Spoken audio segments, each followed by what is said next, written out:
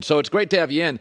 So it's very interesting. This is a weekend of clarity in the NFL. There's a lot of big games. The pretenders. We saw Buffalo, Tennessee play the other night, and it's like maybe Buffalo's a little bit of a pretender. Tennessee is absolutely legitimate. And we're going to see Green Bay and Tampa Bay and all these games this weekend, and Cleveland and Baltimore. You know, it's very funny. The Dallas Cowboys play Arizona. The schedule gets pretty weak for them right now. Very winnable games. And the feeling is Dak is gone and Andy Dalton's in. I want to remind you that what your replacements do will often define you when you don't go to work. So when Drew Brees got hurt last year, Teddy Bridgewater came in, went 5-0. What did it do? It got Teddy Bridgewater a franchise quarterback contract. And it also affirmed that Drew Brees and Teddy Bridgewater, it's not much of a gap. And it turned out that Teddy's now winning and Drew's not winning anymore in New Orleans with a better roster. When Cam Newton missed the Kansas City game this year, didn't play. Oh, my Lord. Oh, my God. That's a bad football team without Cam Newton. So Breeze not playing probably hurt his status. Cam not playing totally elevated his status. So what will it do for Dak Prescott? The feeling is Andy Dalton. You know, we've seen this act before. It's not very good. Put this old dude to rest. This is, he'll play a couple games. And in fact, Patrick Peterson, Arizona, great player, saying, hey, man, we just want to force this cat to throw the ball this weekend. That's interesting.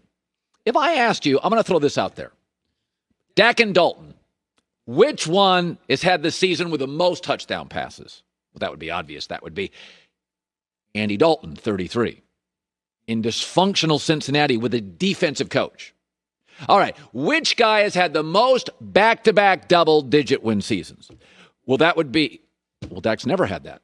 That would be Andy Dalton, 4 seasons in a row. And by the way, he was in a division with Pittsburgh, always competent, and Baltimore, usually competent. Everybody know that Andy Dalton's 32. No major history of injuries. He chose Texas because he's from there. He's from Katy, Texas. Andy Dalton's not a stiff. You watched last week, right? You watched that last drive, and you're like, your expectations of Andy Dalton are so low. And all of a sudden, you watch that drive, and it's like, I'm not saying he's as mobile as Dak, but you watch the tape. Look at the film. Look at these throws. That's a big boy NFL throw. Watch this throw. Seems to me that's a big boy NFL throw. He's 32. The Cowboys' schedule now is the weakest in the league for the next few weeks. Arizona, then it's Washington, beat up Philadelphia, face Pittsburgh, then they get a bye. But then it's a lot of Washington and Cincinnati, and 49ers can't get their act together, and home against Philadelphia and close the season out. Andy Dalton, when he was in Cincinnati, equally dysfunctional to Dallas, with a defensive coach, a conservative coach. We call Mike McCarthy a conservative coach. But when Andy was in that division 6-7 years ago and they had a bunch of weapons, he wasn't asked to carry the franchise. He was asked to be a distributor. He kept winning the division. So Teddy Bridgewater, Drew Brees not playing didn't do him any favors. Helped Teddy Bridgewater. Cam not playing did him huge favors. I just want to remind you, the first 4 years in the NFL, Dak and Andy Dalton, we threw the numbers out. It's the same dude. Now, I think I'd take Dak over Dalton, and I've, over the years, been much tougher on Dalton than Dak, because they called him the Red Rifle, and I'm like, he doesn't deserve a nickname. Let's get off the Red Rifle nonsense. But the idea there's this massive gap, there really isn't. Dalton was drafted higher. Dalton had a very productive college career. Dalton has had more double-digit win seasons. Dalton's had the more touchdown passes in one season. And he is a distributor. He's a distributor, and this team is built, frankly, for somebody who's a distributor. So it's interesting. Arizona's takeaway this weekend is just force Andy Dalton to throw. That's actually, when he had good weapons, the best thing he did and the hardest way to beat him. So I do Super Bowl bubbles, and I usually wait for about a month to watch it. And my Super Bowl bubble, I always believe there's 8 teams good enough to get to a conference championship. And if you're good enough to get to a conference championship, then you're good enough to win. So 4 teams get to a conference championship. And I think there's 8 teams at any one point in an NFL season after the first month. And then there's always 2 or 3 that are close but not quite there. They miss a component. So this is my first Super Bowl bubble of the year. Here it is. This is official. The Rams, Bills, and Saints are close. In fact, the Rams and the Bills played to the last play of a game.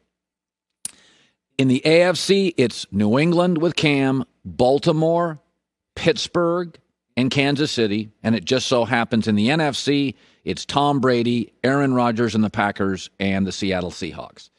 I will say this morning, Green Bay to me feels like the best team in America and the least flawed team. And there's a reason for it. There's 3 stats that are very important, and Green Bay is really good at all of them. Number 1, Green Bay leads the NFL in yards per play, almost 7 yards a play. What does that mean? They're explosive. They can get cheaper touchdowns, free touchdowns. They make things happen. Number 2 is third down conversion rate. They're top 5 in the NFL. What does that mean?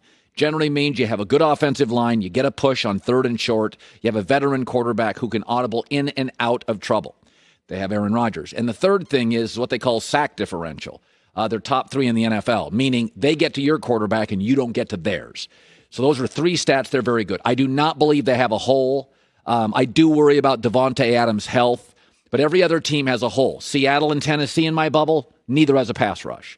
Let's be honest about Tampa Bay. There's some mobility issues with the quarterback they have, and their discipline is frighteningly bad at times with Tampa. New England, no deep threat. It tends to be kind of run-centric. Baltimore doesn't play well from behind, and Pittsburgh keeps beating bad teams and letting them stick around. Kansas City, why do they keep falling behind? It's almost as if psychologically Kansas City feels like, yeah, Patrick will save us. You can't keep falling behind by 10 and 14 points. That's just not the way it works. You can't do it in this league. You're going to end up facing with your defense and offense that just keeps the ball away and you lose games.